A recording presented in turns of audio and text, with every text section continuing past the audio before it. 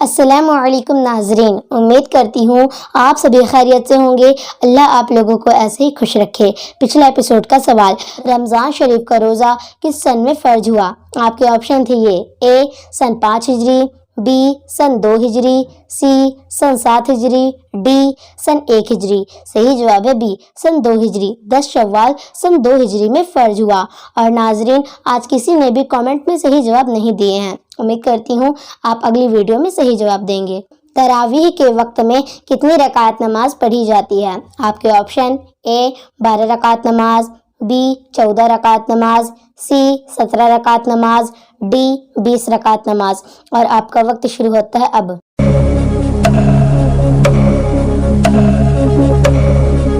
صحیح جواب ہے ڈی 20 رکعت نماز۔ تراویح کی نماز سے متعلق کچھ ضروری باتیں۔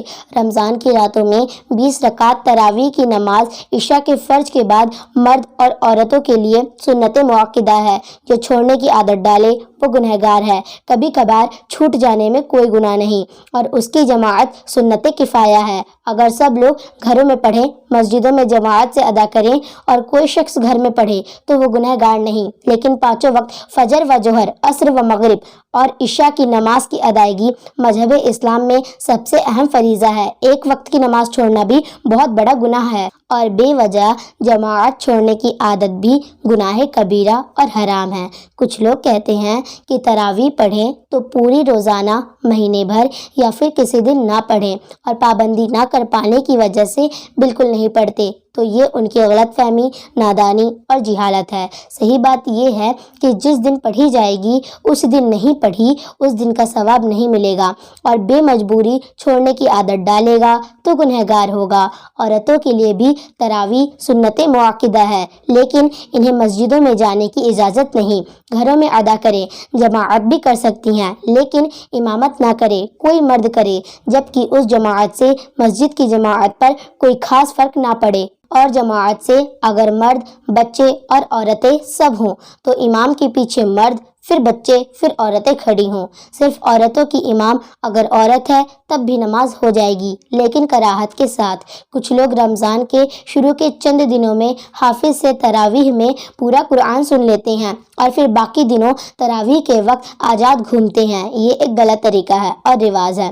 ان پر باقی دنوں کی تراویح چھوڑنے کا وبال رہے گا۔ تراویح میں صرف قرآن سننا پڑھنا ہی سنت نہیں ہے، بلکہ پورے مہینے تراویح پڑھنا بھی سنت ہے، اور کئی پارے ایک دن میں پڑھ کر چند دنوں میں قرآن شریف ختم کر دینا بھی مناسب نہیں۔ بہتر اور مناسب طریقہ یہی ہے کہ ایک پارے سے کچھ زیادہ روزانہ پڑھتے رہیں اور 27ویں شب میں قرآن ختم کرے۔ اسی میں حکمت، مصلحت ہے، اور یہی صحابہ اکرام سے مروی ہے۔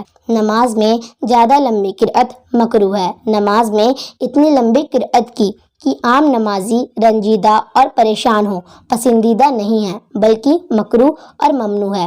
بخاری اور مسلم شریف کی حدیث پاک میں ہے، صحابی رسول حضرت معاذ بن جبل رضی اللہ تعالی عنہ اپنی قوم کو نماز پڑھاتے عشاء کی نماز میں سورہ بقرہ تلاوت کی۔ کچھ لوگوں نے نبی کریم صلی اللہ تعالی علیہ وآلہ وسلم سے شکایت کی تو حضور ناراض ہو گئے اور فرمایا: اے معاذ، کیا تم لوگوں کو آزمائش میں ڈالتے ہو؟ اس کے علاوہ بخاری اور مسلم کی ہی دوسری حدیث ہے، نبی کریم صلی اللہ تعالی علیہ وآلہ وسلم نے فرمایا: جب تم میں سے کوئی شخص لوگوں کو نماز پڑھائے تو ہلکی پڑھائے، کیونکہ ان میں کمزور، بیمار اور بوڑھے لوگ بھی ہیں، اور جب بھی اکیلے پڑھیں تو چاہے جتنی لمبی پڑھیں۔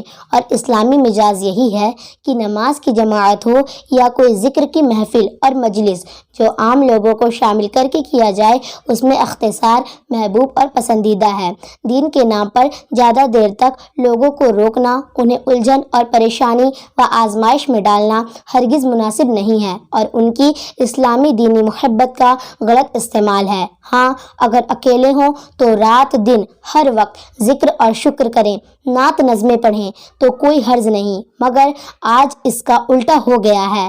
اب اکیلے میں ذکر خدا تعالی، نبی کریم صلی اللہ تعالی علیہ وآلہ وسلم پر درود یا آپ کی نعت پاک پڑھنے والے تو نہ ہونے کے برابر ہیں۔ پبلک کے سامنے ساری رات پڑھنے اور بولنے والوں کی تعداد بہت بڑھ گئی ہے۔ حدیث شریف میں ہے، نبی کریم صلی اللہ تعالی علیہ وآلہ وسلم نے فرمایا، ایک ایسا زمانہ آئے گا جس میں خطیب و مقرر زیادہ ہوں گے اور علم والے کم ہوں گے۔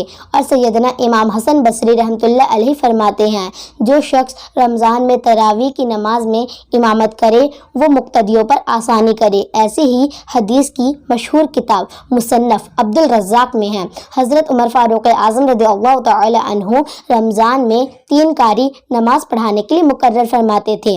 جو سب سے تیز قرأت کرنے والا ہوتا تھا اس کو 1 رکعت میں 30 آیتیں پڑھنے کا حکم دیتے، درمیانی قرأت کرنے والے کو 25 آیتیں اور آہستہ آہستہ ٹھہر ٹھہر کر پڑھنے والے کو صرف 20 آیتیں پڑھنے کا حکم دیتے۔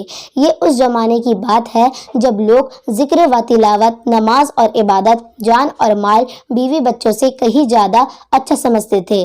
آج کی دنیا میں پبلک کو جمع کر کے تراویح کی نماز میں ایک دن میں کئی پارے پڑھنا، جلسوں محفلوں میں ساری رات جاگنا، نیازوں فاتحاؤں میں گھنٹوں بیٹھنا قوم کو جوڑنا نہیں بلکہ توڑنا ہے، اور لوگوں کو دین سے قریب لانا نہیں بلکہ اور دور کرنا ہے۔ خدا تعالیٰ سمجھ عطا فرمائے۔ اور جو لوگ زیادہ قرآن شریف پڑھنے کے لیے جلدی میں صحیح طور پر مخارج کی ادائیگی نہیں کر پاتے ہیں، یا کچھ حروف اور کلمات یا زیر زبر پیش کی حرکات چھوڑ جاتے ہیں، وہ خود بھی بہت بڑے گنہگار ہوتے ہیں اور دوسروں کو بھی کرتے ہیں، اور بجائے ثواب کے عذاب پاتے ہیں اور دوسروں کے لیے عذاب بنتے ہیں۔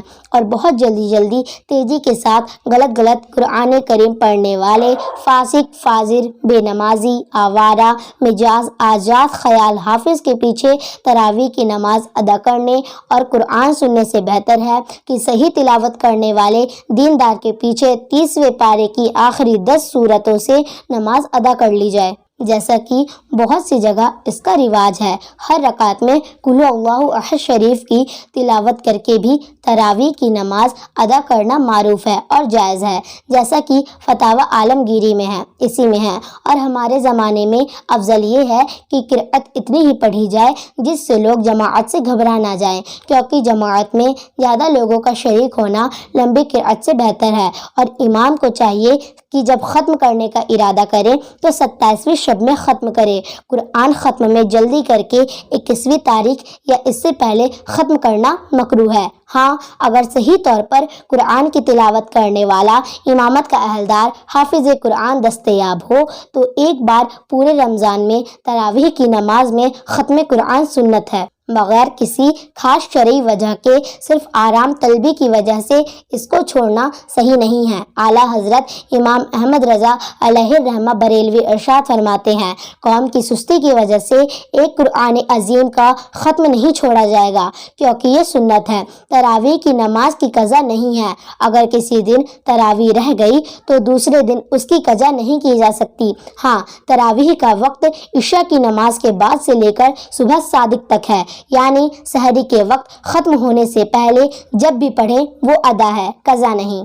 جس نے فرض جماعت سے نہ پڑھا ہو وہ وتر کی جماعت میں شریک نہ ہو، تنہا پڑھے۔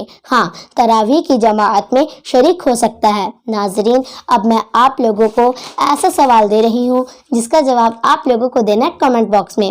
قرآن شریف کس تاریخ میں نازل ہوا؟ آپ کے آپشن: اے رمضان کی 17 تاریخ میں، بی رمضان کی 12 تاریخ میں، سی رمضان کی 25 تاریخ میں، ڈی رمضان کی 27 تاریخ میں۔ اور ناظرین، اس کا صحیح جواب میں آپ لوگوں کو نہیں بتاؤں گی، بلکہ اس کا صحیح جواب آپ لوگ مجھے کمنٹ کر کے بتائیں۔ امید کرتی ہوں یہ سارا مسئلہ آپ لوگوں کو سمجھ میں آ گیا ہوگا۔ ملتی ہوں ایک اور نئی انفارمیشن والی ویڈیو میں۔ السلام علیکم۔